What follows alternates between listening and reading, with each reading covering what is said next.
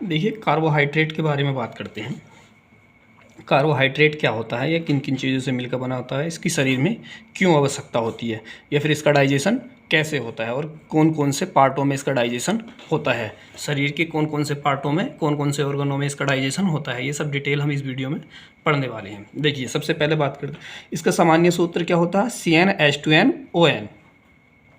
देखिए carbon, hydrogen और oxygen, देखिए कार्बन, हाइड्रोजन और ऑक्सीजन, इन ये मिल किससे मिलकर बना है, ये कार्बन, हाइड्रोजन और ऑक्सीजन से मिलकर बना है। अच्छा, कार्बन, हाइड्रोजन, ऑक्सीजन का अनुपात क्या होता है, 1:2:1, ठीक।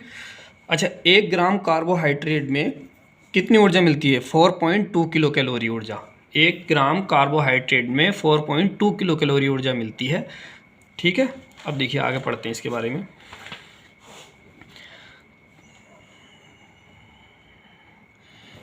देखिए कार्बोहाइड्रेटों को मुख्यतः 3 भागों में बांटा गया है, मोनोसैकराइड, डाइसैकराइड और पॉलीसैकराइड। देखिए ऐसे कार्बोहाइड्रेट, देखिए मोनोसैकराइड की अगर बात करें तो मोनोसैकराइड का सामान्य सूत्र क्या है, C6H12O6, ठीक, यही ग्लूकोज का सूत्र होता है। तो मोनोसैकराइड जो है सबसे सरल कार्बोहाइड्रेट होते हैं जो आसानी से एब्जॉर्ब किए जा सकते हैं, ये ठीक है। तो मोनोसैकराइड के उदाहरण कौन कौन से हैं, ग्लूकोज, फ्रक्टोज और लैक्टोज। तो ग्लूकोज कहाँ पाया जाता है, अनाजों में और फलों में। फ्रक्टोज कहाँ पाया जाता है, फलों में, फूलों में और शहद में। और गैलेक्टोज कहाँ पाया जाता है, दूध में, ठीक। तो ये सब अगर क्वेश्चन बनता है कि सबसे सरल जो है कार्बोहाइड्रेट कौन सा होता है, तो मोनोसैकराइड। अब देखिए बात करते हैं डाइसैकराइड के बारे में। जैसे कि शब्द से ही पता चल गया, डाइसैकराइड का मतलब है 2। तो ऐसे ये किन से मिल होगा,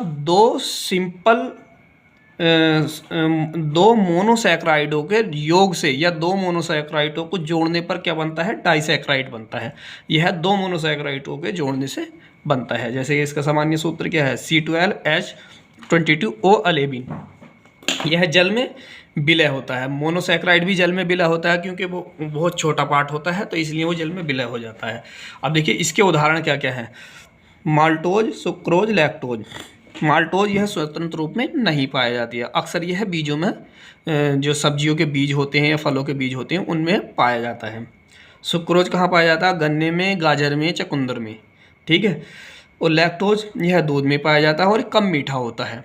तो देखिए हमने कार्बोहाइड्रेट के 2 पार्ट पढ़ लिए, मोनोसैकराइड और डाइसैकराइड। मोनोसैकराइड क्या है, ये सबसे सरल सैकराइड होते हैं, ये आसानी से डाइजेस्ट किए जा सकते हैं। यह अनाजों में, फलों में, फूलों में और दूध में इत्यादि में पाए जाते हैं। इनमें कौन कौन से होते हैं, ग्लूकोज, फ्रक्टोज और गैलेक्टोज। और डाइसैकराइड में क्या होते हैं, माल्टोज, सुक्रोज और लैक्टोज। अब पढ़ते हैं पॉलीसैकराइड, ठीक। पोली, जैसे कि शब्द से ही पता चल गया, पोली का मतलब है बहुत सारे। तो ये बहुत सारे मोनोसैकराइडों से मिलकर बना होता है पॉलीसैकराइड, ठीक। जैसे कि हम ये अनेक मोनोसैकराइडों से मिलकर बने होते हैं। इसमें 10 से लेकर कई हजार तक मोनोसैकराइड के अणु ग्लाइकोसिड्स बॉन्ड से जुड़े होते हैं।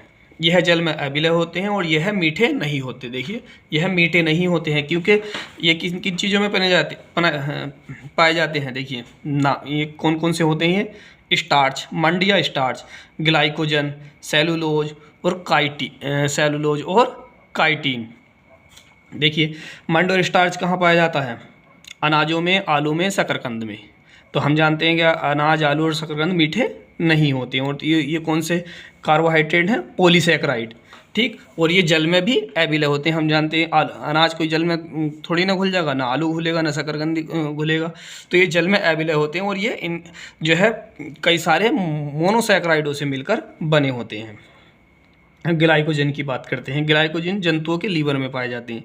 देखिए ग्लाइकोजन जंतुओं के लीवर में कैसा पाया जाता है, जब हम ग्लूकोज खाते हैं, जब हम कार्बोहाइड्रेट खाते हैं, तो कार्बोहाइड्रेट एंजाइमों द्वारा ग्लूकोज में चेंज हो गया।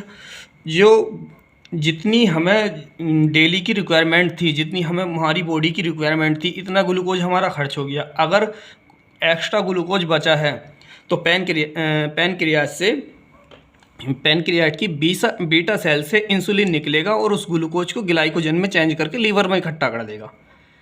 देखिए ये है ना उस इंसुलिन ग्लूकोज को चेंज करके ग्लाइकोज में और लीवर में इकट्ठा करके रख देगा। और जब ज़रूरत पड़ेगी, हम खाना नहीं खाते हैं, जैसे 1-2 दिन या 2-4-10-5 घंटे खाना नहीं खाते हैं, तो वही ग्लाइकोजन दोबारा से ग्लूकोज में चेंज कर देगा। और क्या कौन करेगा इस चीज़ को, इस काम को? जो पैनक्रियाज के अल्फा सेल से इंसुलिन निकलता है। पैनक्रियाज की अग्नाशय की अल्फा सेल से एक वो निकलता है हार्मोन्स, और वो इसे ग्लाइकोजन को ग्लूकोज में चेंज करके दोबारा से हमारी बॉडी को ऊर्जा मिल जाती है।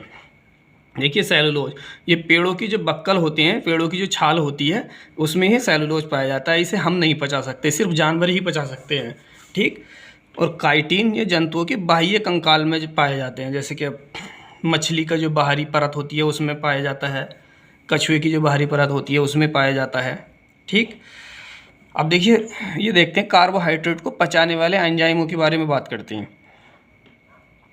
देखिए कार्बोहाइड्रेट को पचाने वाले एंजाइम, देखिए याद करने के लिए मैंने ट्रिक लिख रखी है। कब सकीना माई माल्टा लाएगी, कब सकीना माई माल्टा लाएगी। देखिए कब से हो गया कार्बोहाइड्रेट, और जिससे हमें ये पता चल जाएगा कि कार्बोहाइड्रेट बाकी नीचे के जो एंजाइम है वो कार्बोहाइड्रेट को डाइजेस्ट करने वाले हैं। सकीना से सुक्रेज, माई से एमाइलेज, माल से माल्टेज और टा से टाइलिन। तो ये टाइलिन कहाँ निकलता है? मुंह में। और ये सुक्रेज एमाइलेज कहाँ निकलते हैं? ये पैनक्रियाज में, ठीक, पैनक्रियाज में और इंटेस्टाइन में।